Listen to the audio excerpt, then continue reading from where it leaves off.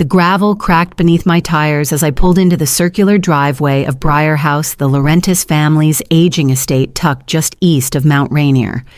The pine trees stood as tall and still as they had when I was a girl, but the house itself looked altered, cleaner, whiter. Clint's touch, no doubt. I stepped out, pulling my leather weekender from the trunk. A breeze carried the smell of fur and moss, one of the few things about this place that hadn't changed. Mireille appeared on the porch, a wine glass in hand, smile practiced and sharp. "Anthea," she called out, voice higher than I remembered. "You made it." I nodded and walked toward her, hugging her more out of duty than instinct. She smelled like lilac and tension. "You look Wall Street refreshed," she teased, eyes flicking down my tailored blazer. "I've been gone from Wall Street for 5 years," I said, softening it with a smile. Clint emerged behind her, wearing what he always wore, expensive linen, and a superiority complex. "Anthea," he drawled, still running that little foundation for desperate moms. I ignored the jab. "Still convincing people you understand markets." He laughed, but the edge in his eyes didn't fade. Inside the house hummed with chatter. Cousins, uncles, people I hadn't seen in over a decade. Briar House had never hosted this many secrets in one room. I excused myself, early retreating to the upstairs guest wing. My room was small, but clean, overly clean, like no one had actually stayed in it, just prepared it to be seen. I unzipped my bag and reached for my charger. As I plugged my phone into the wall, the screen flickered, not dead, not glitching, but strange. A millisecond delay, like a mirror hesitating before it reflects. I frowned and glanced at the door. It was cracked open. I was sure I had latched it behind me. The hallway beyond was quiet, too quiet. I unplugged my phone, pressed the lock button, and watched the screen go black without a hitch. Maybe I was being paranoid, but I didn't get this far in life by assuming the best. Downstairs, laughter erupted from the kitchen. Clint's voice rose above the rest. Confident, commanding, exactly the way he sounded the day he told my sister she didn't need a prenup. Dinner was a performance. Everyone played their part with brittle smiles and raised glasses, their laughter bouncing off the walls like it belonged to strangers. Mireille fluttered between guests with the grace of someone desperate to prove she was happy, while Clint held court at the head of the table, spinning stories about venture capital and the next big thing. I kept my wine glass full and my mouth mostly closed. Just as dessert hit the table, some overly torched creme brulee Clint insisted he learn to make. In Barcelona, he stood and tapped his glass with the handle of his fork. A quick word he announced, about legacy. The room hushed. Family wealth, he began, shouldn't just sit in one corner of the room collecting dust. It should move, multiply, feed the rest of the tree, not just the top branch. He lifted his glass toward me, to those who learned early and to those still waiting for their turn. Everyone chuckled. I smiled thinly, met his eyes, and took a slow sip. Mireille glanced between us but said nothing. After dinner, I stepped out onto the back porch for air. The firs beyond the railing looked as solid as ever, but something about the house felt hollow now, curated, not lived in. I turned at the sound of the sliding door behind me. Victor. He was always the cousin who never quite got traction. Brilliant but undisciplined, he walked out with 2 beers and offered me one. "Haven't seen you in years," he said, sitting beside me. "Still running your non-profit?" "Still," I said, accepting the bottle. He nodded. "All that donor money must be tricky to keep secure, huh?" I gave him a sideways look. "It's well protected. Biometrics, right? Fingerprint scanners, device linking?" I paused, among other things. He nodded again, almost too quickly. "Just curious. I've been brushing up on cybersecurity. Might do contract work soon." I made a non-committal sound and watched him take a long sip. When I finally returned to my room, I double-checked the door lock and powered down my phone completely before placing it face down on the dresser. Downstairs, I heard Clint laughing again, low and full of certainty. I woke to the faint buzz of my phone, vibrating against the nightstand. Light was barely seeping through the curtains. I reached for it, still groggy, but the name on the screen snapped me fully awake. Noelle, my co-director. I answered instantly. "What's wrong?" Her voice was strained. "Anthea, the account's empty. The operations fund." It bounced the vendor transfer. "Everything's gone." I sat up, heartbeat spiking. Gone. All of it. Even the reserve. "Did you move it?" "No." I ended the call and opened my banking app. My fingers trembled. The loading screen gave way to what felt like a punch to the ribs. Zero. Every account, Herworth Foundation's operating account, my personal savings, the contingency fund, all drained. I tapped through the history. A cascade of transfers had been made between midnight and dawn. All authorized. All verified. No external breach. No flags for suspicious activity. It was someone who knew everything. I sat still for a long moment. Then I stood dressed and walked straight to the kitchen. Voices murmured inside. Mireille's laughter cut off as I entered. Everyone turned to me. "My money is gone," I said. "All of it." The room stilled, chairs scraped back, eyes darted. Uncle Ewan asked, "Gone?" "What do you mean?" I held up my phone.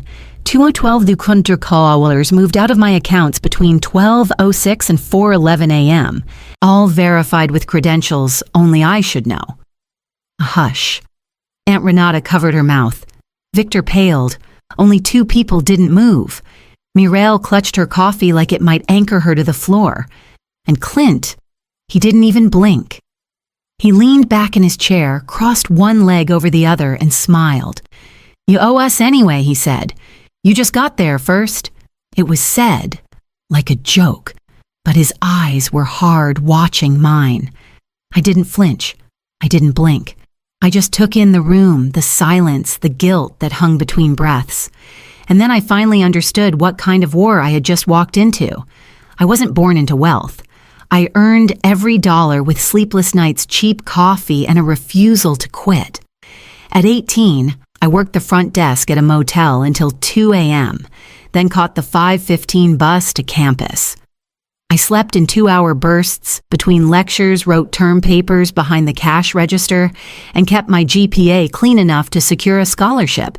While other students planned spring break, I balanced spreadsheets and delivered groceries on the weekends. Wall Street came after graduation, brutal, cutthroat, and everything I thought I wanted. I learned fast move faster and rose through the ranks quicker than most expected. But the higher I climbed, the more hollow it felt. At 29, after a shouting match with a managing director who called a single mom a liability, I walked out. No plan.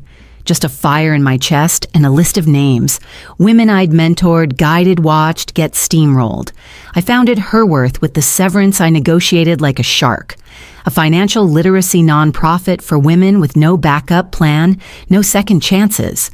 I built it from a rented desk and a borrowed Wi-Fi connection.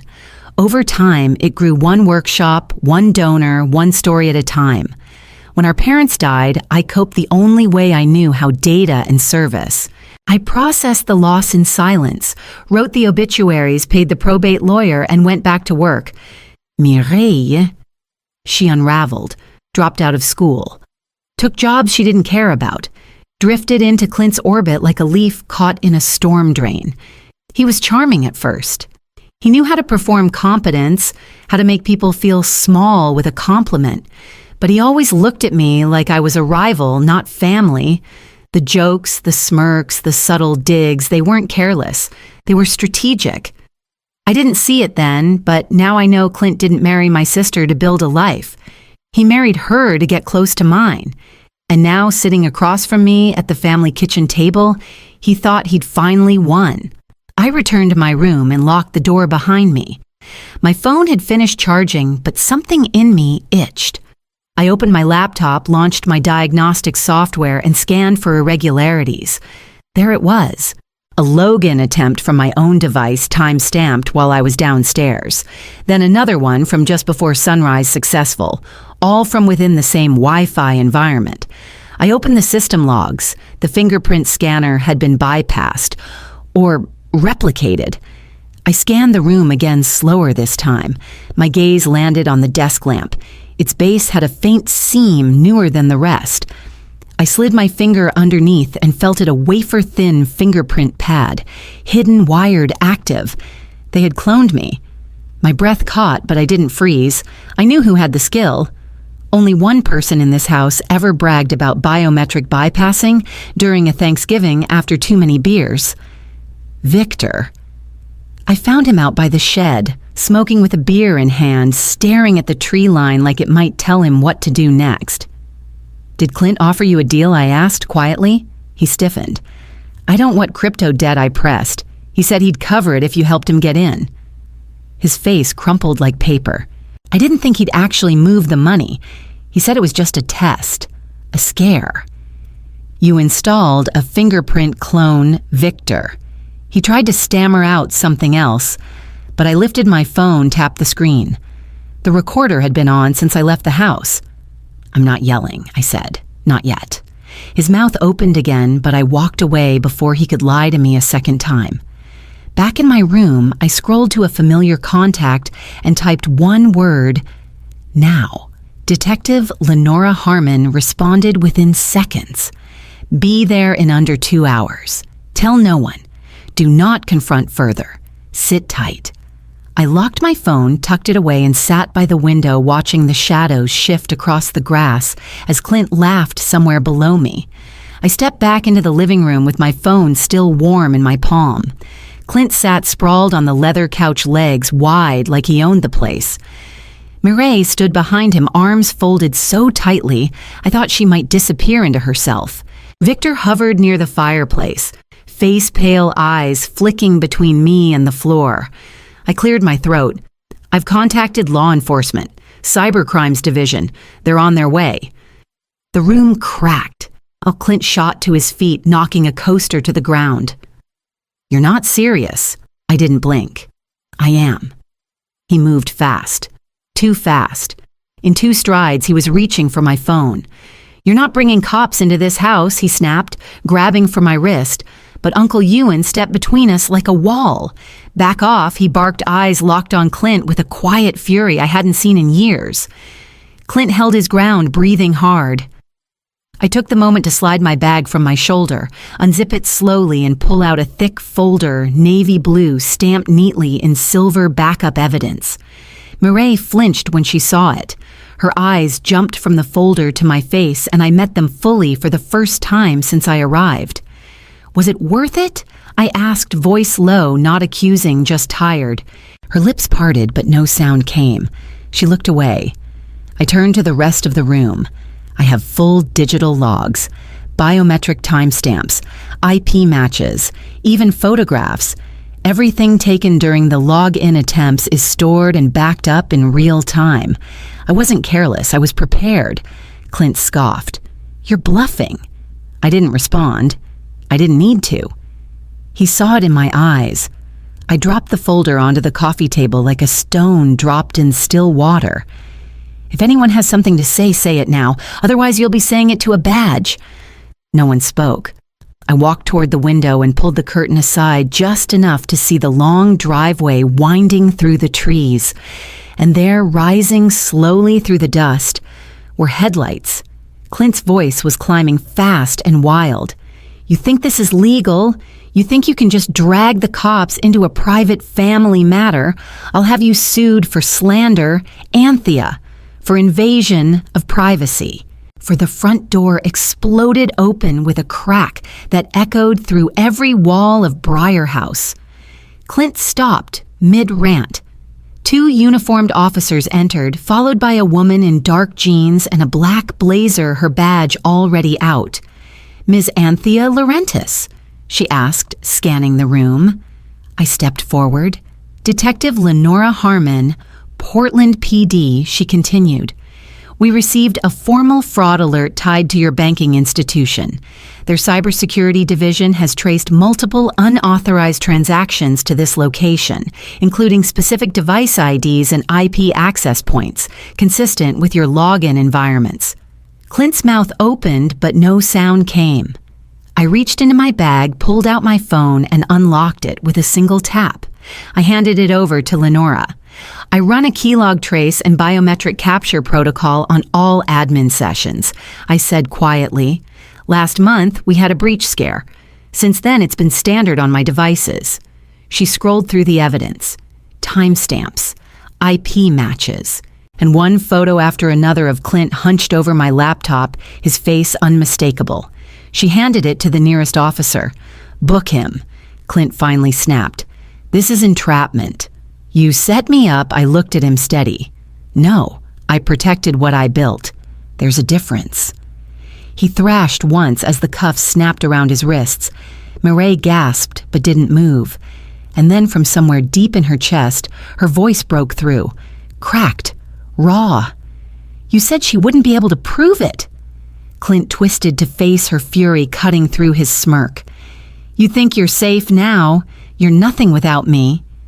Mireille flinched, but she didn't look away. Her hands trembled, but she stayed upright. Lenora turned to me, voice low. "With this much evidence, recovery is almost guaranteed. He'll be inside for a while." I nodded, but my eyes were still locked on my sister. Because the next choice wasn't mine, it was hers. The cruiser's doors slammed shut behind Clint, his voice still echoing down the hall like something broken and bitter. The rest of the family stood frozen, silent, stunned, like they'd just witnessed the final act of a tragedy none of them expected to be real. Mireille sank onto the edge of the love seat, eyes wide but unfocused. Her hands clutched the hem of her sweater as if trying to hold something together. I didn't move. I waited. When she finally spoke, her voice cracked around the words. "He told me you were hoarding everything, that Mom and Dad gave you all the power, that you'd never share unless I forced your hand." I stayed quiet. "He said you built your success on what was meant for both of us, that your foundation was just a front to control the family money."